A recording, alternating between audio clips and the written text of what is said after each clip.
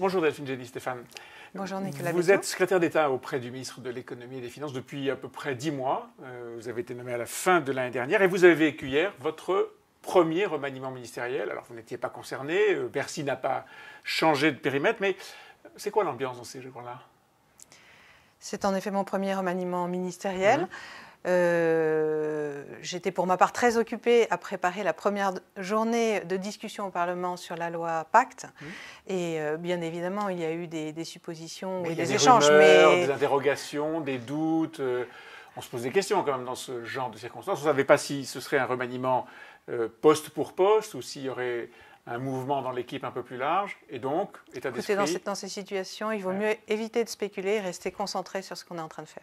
Est-ce que vous avez été étonné par le temps qu'a pris ce remaniement? Je veux dire, une semaine de doute, et puis une semaine de doute, d'interrogation aussi sur le prélèvement à la source. Tout ça ne donnait pas l'image d'un gouvernement, comment dire, très calé, solide sur ses appuis. Ça ne vous a pas étonné? Je n'ai pas été étonnée, ni dans un cas ni dans l'autre. Dans le cas du remaniement, le départ de Nicolas Hulot était une surprise, ça n'a pas été caché. Donc il est normal que quelques jours soient nécessaires pour s'assurer de trouver la bonne solution. Et dans le cas du prélèvement à la source, il y a des travaux techniques, il y a un processus de validation qui a été défini, il y a une explication qui a été apportée. Mais les interrogations, les doutes du président de la République qui dit lui-même j'ai besoin de vérifications, j'ai redemandé des vérifications encore hier matin, une discussion intense, dit-on, intense à l'Élysée pour connaître tous les détails, tout ça n'était pas... Il y a deux choses. D'une part, c'est une bonne réforme, une réforme qui va être favorable aux contribuables, et on a pu le réexpliquer et ajuster quelques points qui méritaient de l'être. Et d'autre part, je pense qu'on a eu raison de différer d'un an la mise en œuvre de cette réforme, ce qui a permis de mener les phases de test en grandeur réelle, d'apporter justement ces réponses précises que demandait le président de la République. Encore hier soir, Édouard Philippe a réservé une petite surprise en disant qu'il y aurait sur les histoires de niche fiscale, des aménagements encore à venir. Tout ça n'est pas complètement calé, complètement au point. Il y a certains principes concernant les niches fiscales qui ont évolué un petit peu pendant les discussions d'hier. Ça sera bien réexpliqué, mais il y a des évolutions qui sont favorables en termes de trésorerie aux Français, puisque un certain nombre de réductions d'impôts ou de crédits d'avance sur crédit d'impôt pourront avoir lieu dès le mois de janvier de façon plus massive que ce qui était prévu initialement.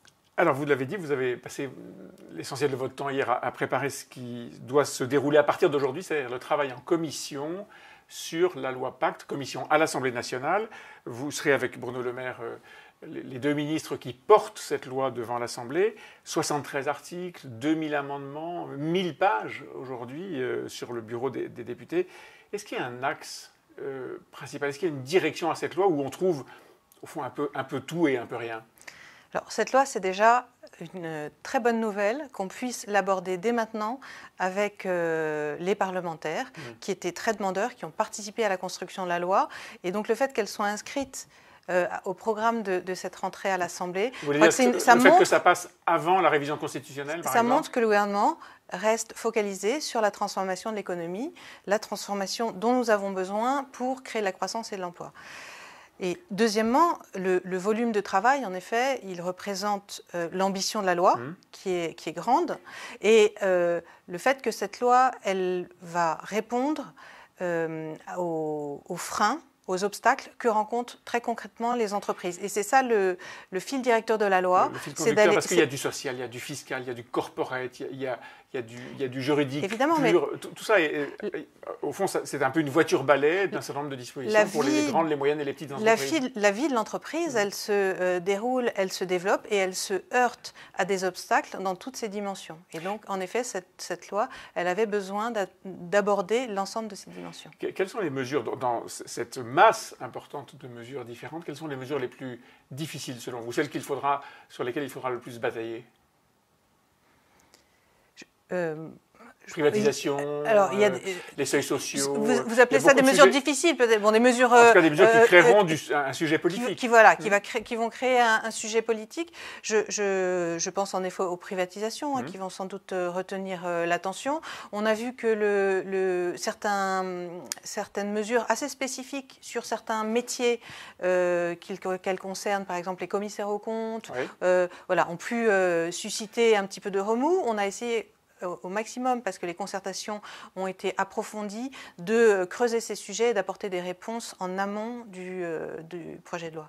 Il y a un sujet qui agite pas mal le patronat, un certain nombre d'entreprises, et beaucoup d'économistes ou de gens qui réfléchissent, y compris des juristes, sur ce qu'est l'entreprise. C'est la modification de la raison d'être, la création d'entreprises à mission, donc la modification de 2 articles, dont l'article 1833 du Code civil. Ça paraît un peu technique, mais au fond, ça touche à la raison même de ce que sont les entreprises. Le gouvernement veut transformer ce qui était le motif initial et historique, qui n'a jamais bougé depuis quasiment 200 ans, de la création d'une entreprise, pour y rajouter l'intérêt social, les enjeux sociaux et environnementaux. Le Conseil constitutionnel lui-même a dit « attention, c'est dangereux ». Vous maintenez ? Nous maintenons cette mesure. Nous pensons qu'il est important que cette loi, elle marque aussi cette conception progressiste du rôle de l'entreprise, qui est largement répandue, mais qui mérite absolument d'être inscrite au plus profond de notre droit. Donc la prise en considération des enjeux sociaux et environnementaux. Cette rédaction, elle a été inspirée... Qui existe déjà. Je veux dire, il y a beaucoup de patrons, d'actionnaires, de salariés qui disent « attention, il y a du social, il y a de l'environnement ». Est-ce qu'il y avait besoin d'en faire un sujet autour duquel il peut y avoir soit des contestations financières, soit, encore plus important, des contestations juridiques et pourquoi pas des conflits judiciaires? Nous pensons que cette rédaction, qui a été inspirée du travail de Nicole Notat et Jean-Dominique Sénard, est équilibrée, qu'elle est prudente.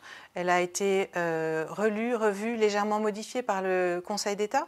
Donc nous sommes très à l'aise avec la proposition que nous faisons au Parlement sur la modification de l'article 1833. Malgré les clignotants allumés par le Conseil constitutionnel. Le sujet a été revu de façon attentive par le Conseil d'État. Et donc, le sens même de l'entreprise va être changé à l'avenir. En ce qui concerne les privatisations, Aéroports de Paris, ADP, la Française des Jeux, FDJ sont sur la liste. Est-ce qu'une fois que cette loi sera passée, il faut aller vite? Il n'y a pas d'obligation d'aller vite. Ce sont des chantiers compliqués. Dans les 2 cas, il faut mettre en place la régulation qui sera prévue, qui sera renforcée par la loi. Donc il y a des phases préliminaires à mettre en œuvre, et donc cette loi nous donne une autorisation. Ça donne un feu vert, mais pas d'obligation à agir, et en tout cas pas de précipitation à agir. Et donc une discussion qui normalement est prévue pour durer jusqu'à quand? La discussion aura lieu vraisemblablement jusqu'à début 2019, mais le calendrier n'est bien sûr pas arrêté. Donc des dizaines, voire des centaines d'heures de débat, et vous y serez en permanence? Le plus possible en tout cas, en fonction des contraintes, mais oui. Avec Bruno Le Maire. Merci beaucoup Delphine, Génie Stéphane.